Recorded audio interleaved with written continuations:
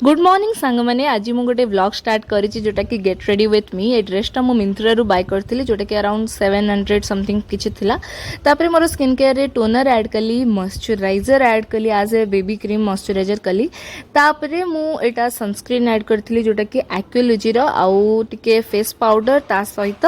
मु काजल लगेइथिली काजल पर मु ऐड कली टिके आईब्राउज को मोर सेट करथिली सेट कला परे मास रो लिप लाइनर ऐड कली तापर लिपस्टिक भी ऐड कली ऑब्वियसली से जिनसटा झिया मानक में बहुत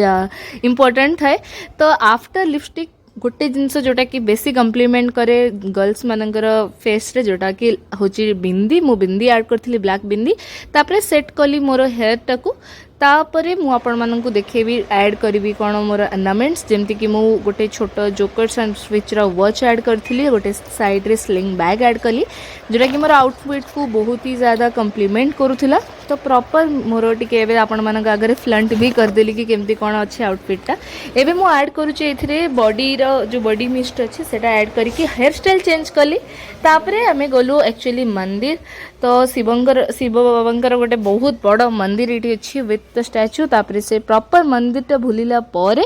आम मैंने जाइलु टिके फूड एंजॉय कलु जोटा कि आम घरे ही बनइलु तापर ड्राइंग करके आज दिन टाक ये एंड कली।